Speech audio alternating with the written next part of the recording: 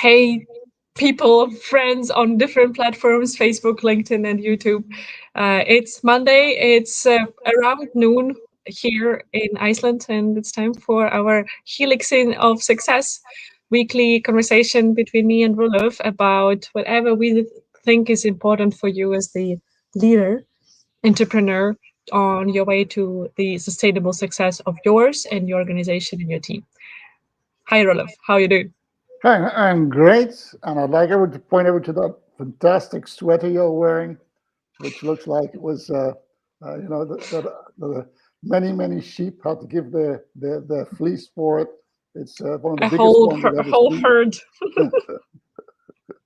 So everybody take notice. This is the fashion trend that Anna's putting out there.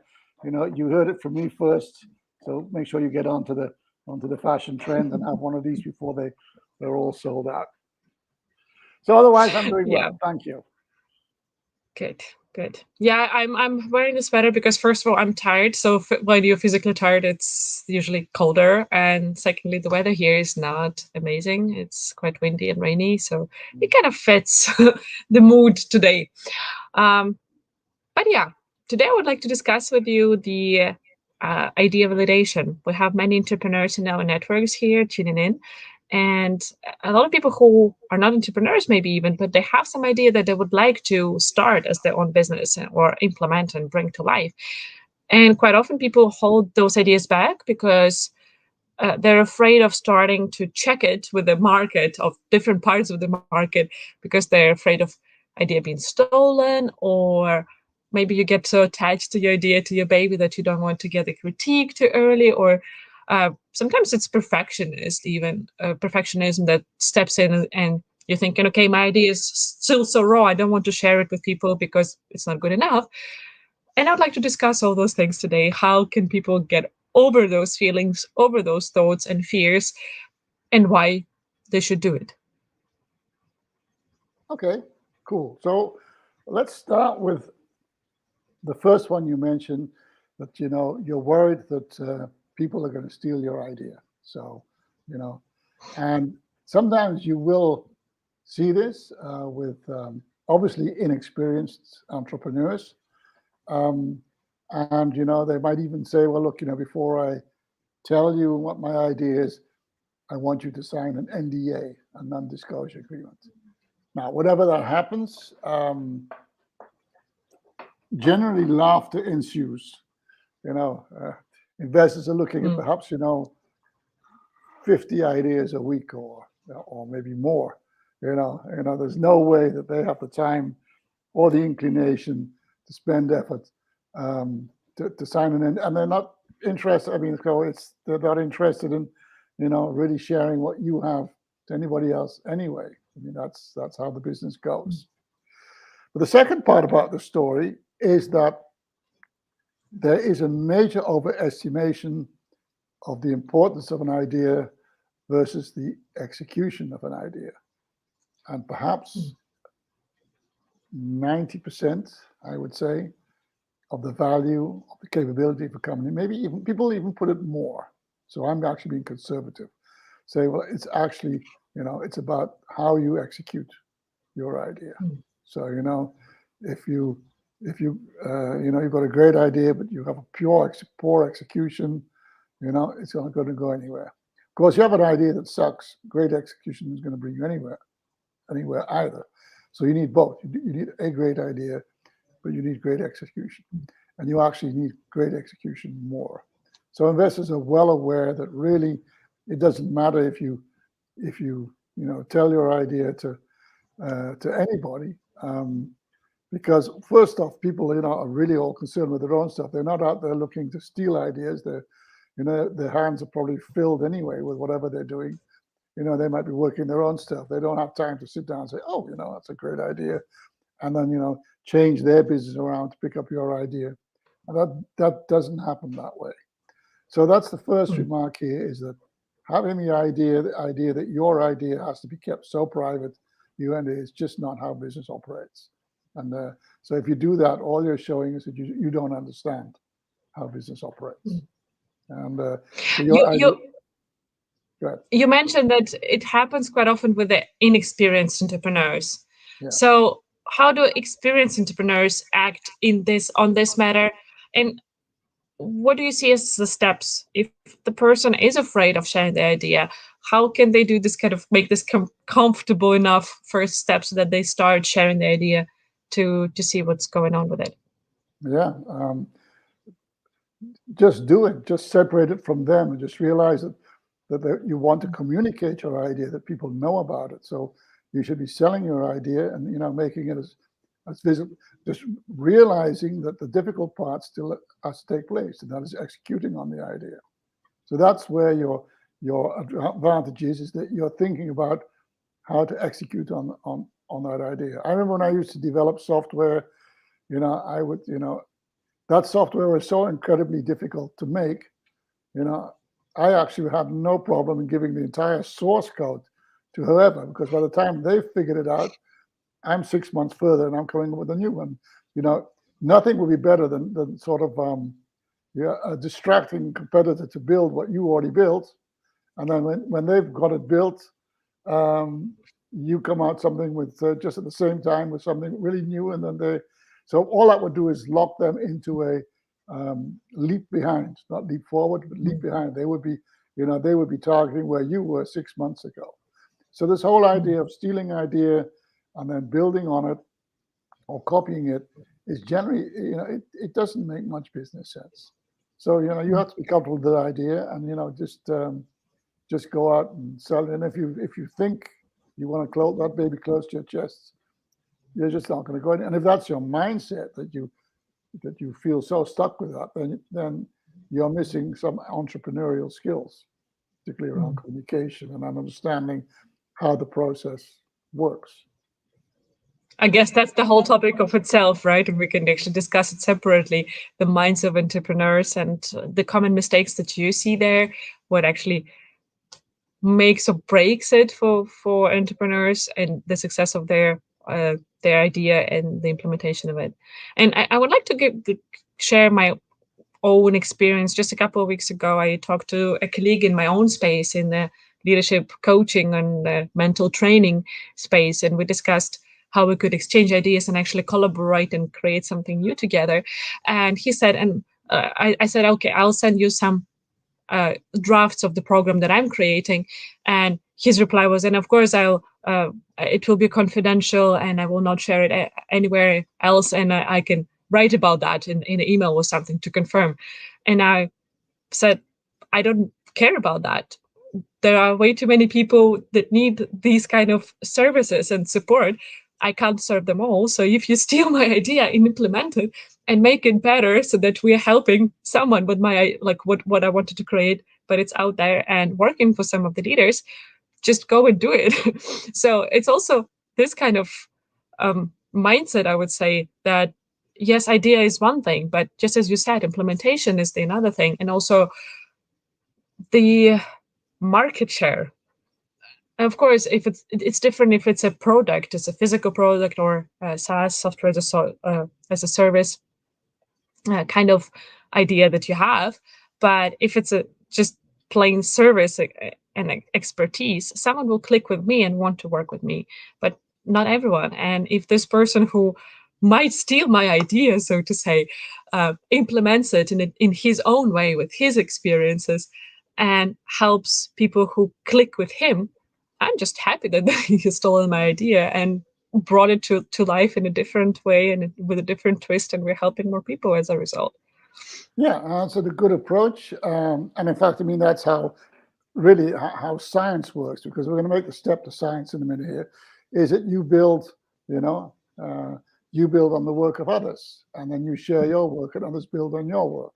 So there's this sharing going on. Newton, who was probably one of the most famous scientists ever, one of those brilliant, certainly. He said it without, the reason I got as far as I got is because I stood on the shoulders of giants.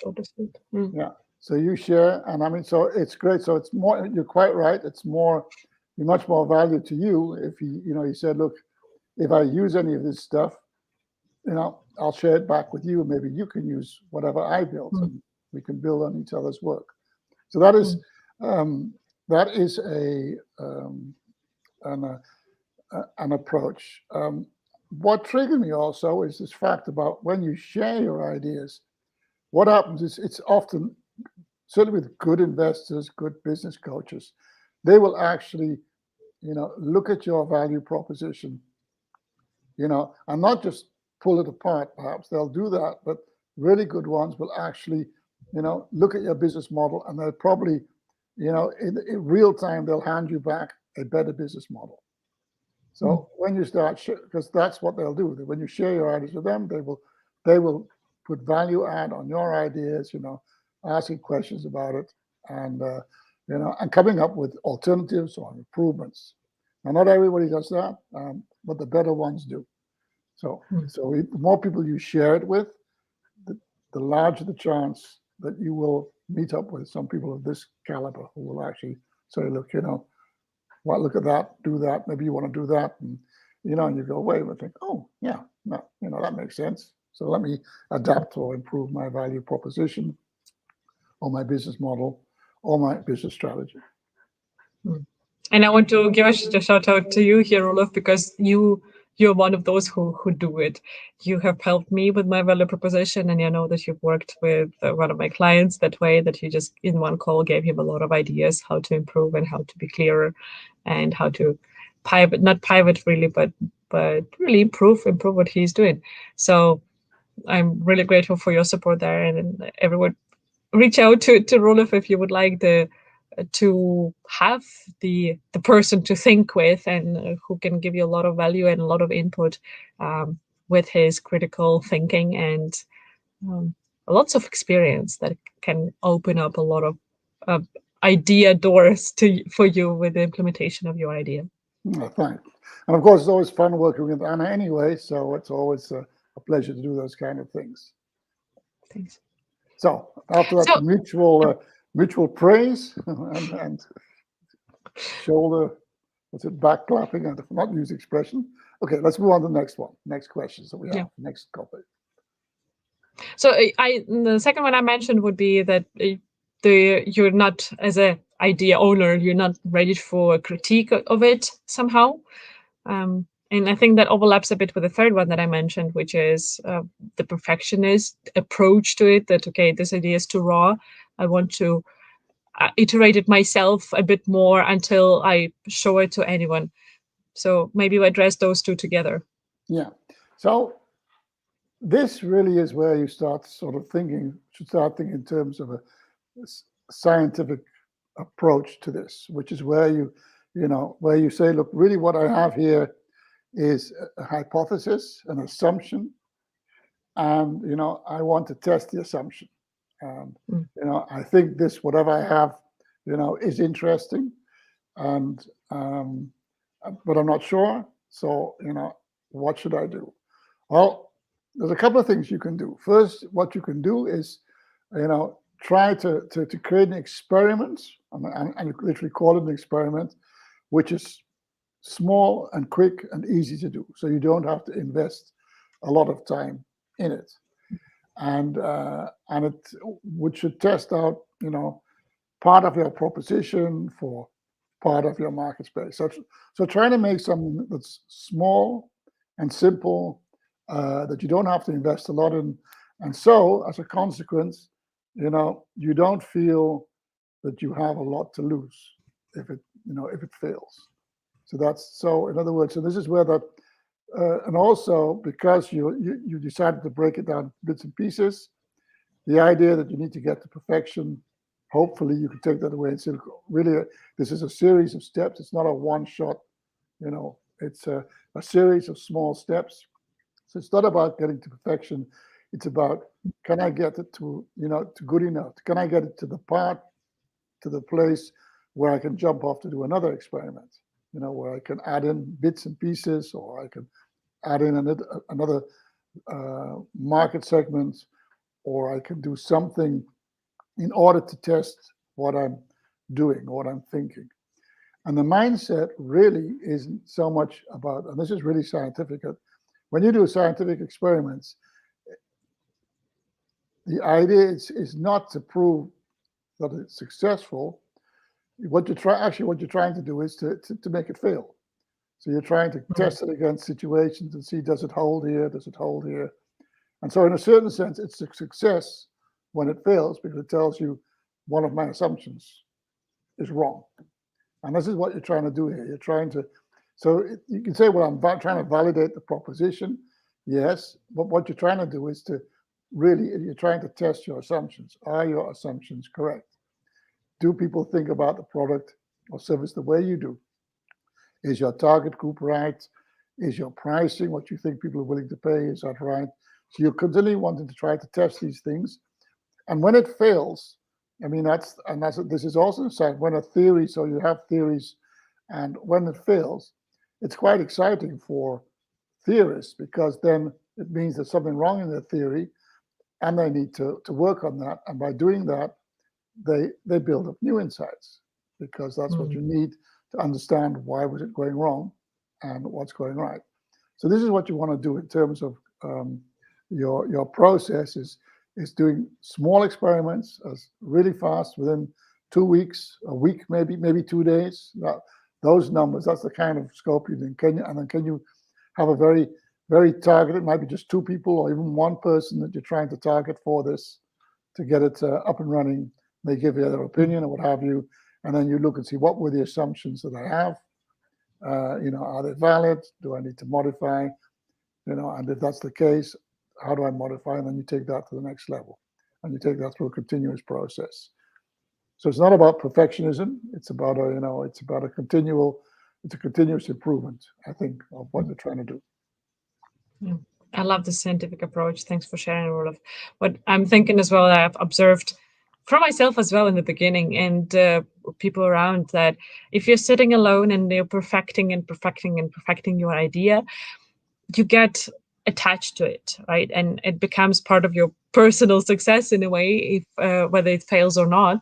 And when you get it out and you think, okay, now it's ready, now I've perfected it, now people will love it, and people don't love it out of some reason, and it becomes something is wrong with people kind of thing Yeah, instead of, oh, my idea was not actually meeting the needs.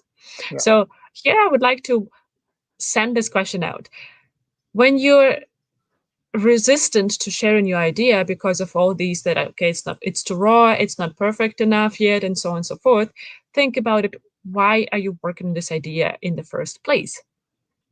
Because if it is to become this overnight success and the huge story of the entrepreneur who did it all himself or herself and so on and so forth, sure, maybe you want to do that way and probably you will fail.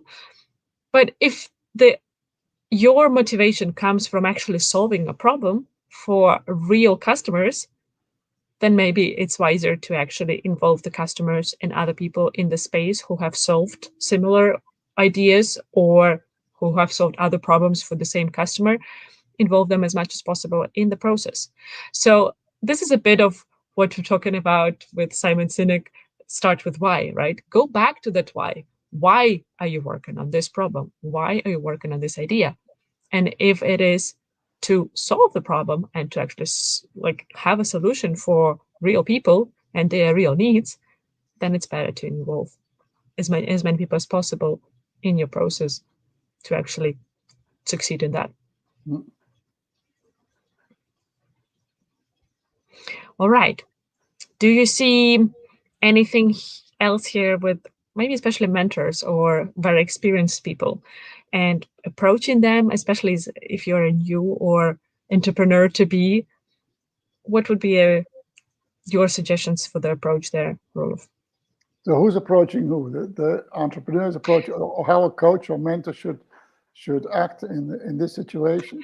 No, it would be an entrepreneur approaching or daring to approach or looking for whom to approach if we talk about very experienced people. Hmm. Yeah, that's a good question. Obviously, I guess there are a couple of types of people or roles that you're looking for. One is that you look for people who would understand your target market. That can help you to a certain extent. And they can Mm, also perhaps help you figure out how you can approach your talk, because that's important. You need to be able to get to the people who can engage with you and to talk with them. And also, I mean, there's to help you maybe to make things easier. So one of the things typical that is often promoted now is that if you're trying to develop a service, just put up a web page, with fake links and just describe the service and then spread that and see if people react to that. Is it compelling enough that the people actually react and say, yeah, I'm interested. And even though you don't have it, you could use this, to gauge the interest for whatever you're doing, and also to refine it. People might do that. So that's one approach. Is maybe you can find people who can help you understand to keep it simple. Okay? Because I think that's the trap that many people do, is they make it too complex. They're looking, as you say, they're looking for perfection. Perfection in terms of, and they're thinking that they need a working product to do stuff. That's another often a big mistake, but you don't. What you need is just to be able to bring across your message and, have a mock-up or fake or what have you. So you don't need any back end to do this kind of stuff. So that's one aspect I think that you'd want to have. Maybe that people can help you with to do that. And I had another one, but I forgot it. I can meanwhile, maybe you remember it, but I just can share one of the tips that we discussed with one of my guests, Jan, who is still coming on the podcast. We haven't aired his interviews yet, I think. Yeah, I think so. He was with him. We talked about creating a whole new category of products. His company is doing interactive audio experiences, so audiobooks and games that you actually can affect what's happening with the character, for example. And he said about that, we talked about the validation of the idea in the process, and he said it's very important to manage the expectations right. When you are testing the idea, explain, say, this is a mock-up, this is this stage of this product. So that you don't get the feedback from people who are thinking they're looking at a finished product while you are on stage 1 out of 10 of the development of your idea and product. So I think that was a very valuable point there. Don't try to blow it up somehow and make it bigger or seem bigger, because then you're getting wrong input, wrong feedback, because people don't know what they're looking at. I think it's very important to manage those expectations, and I think it was a very good point from you. That is a good point. So, and you don't have to, because you make clear what you're trying to do is to get them to say, I want to try to understand what it is, what the end game is, and this is just a tool to do that. And people can, once you do that and say that, then they understand. Okay, so you're right. So that's one thing that you want to make sure that you do. Another point, perhaps, in this story is also just look at also what the competitors are doing. So, make sure you understand what it is that they're doing. You don't want to copy them, and you don't want to guide them. So in other words, don't fall into the trap that you have to make something as good as theirs or the same, because you might start following or copying them. And we just had that discussion. You might find yourself building something that they have already built, and they're now building something new, and you come up with something. But of course, it is useful to be aware of whatever it is. If it's already there, why are you building it? And so you should be looking, of course, to have something that's different, that in some ways differ from what you expect that your competitors are. And ideally, it will be so different that you don't really have competitors. You're in a sort of blue ocean. That's of course the best place to be. Say, I stay well away. I'm doing something that's so different. Nobody is doing it in this way. So, I don't really have competition. Although that's a strange shame, because at the end of the day, it's not. It's really about if a customer has $1 to give, if by giving it to somebody else, you don't get that $1, then that person is really also a competitor. So It's not that simple to do. There's, Mm. if it's an important problem, then other people would have been working on it. It's you've got to assume that. Mm. And I would say do your research on social media. Look at who is following those brands who are potentially competitors of yours. Look how people are engaging with their content. What do they share? What they like? What kind of reviews, negative reviews they're getting, and maybe try to reach out to some of those followers and say, "Hey, I would like to get your opinion. I see that you're using this product. Would like to get better understanding of what you're missing in it or what you're loving about it, and so on and so forth."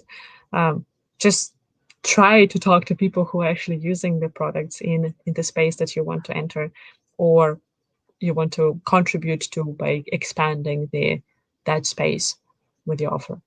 Yeah.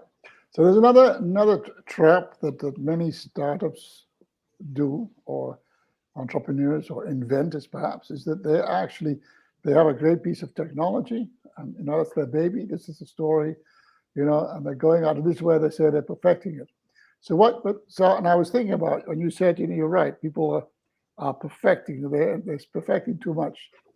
And then I realized, what it is they're perfecting is they're perfecting their idea of the solution, and they're Mm. not perfecting their idea of the problem. So and this, I know I've heard this expression, um, uh, SISP, and that stands for a solution in search of a problem. And you see this sometimes, not even sometimes, you see this quite regularly. People have solutions, they've worked it all out, but it's not clear. And they say, well, we could apply it there, or we could apply it there. It could be applied everywhere. Now, that kind of sounds great, but it's not, because really what it means is you don't have a genuine identified problem. You're a Mm. solution, and you're looking for a problem, which is the wrong way to go about this. And very few solutions in search of a problem succeed. Maybe for obvious reasons. If there's no genuine problem, then you're not solving anything. Put it that way. So good. It's very good to understand this, and just to decide to not act in the vacuum, but really explore what is actually the problem which I want to serve or to solve. Yeah. Great. I want to go back to what we have on the screen right now, reaching out to those highly experienced people, some network or some mentors, maybe some startup networks, maybe some experienced investors, and you don't want to get them as investors, but you want to get some piece of advice from them.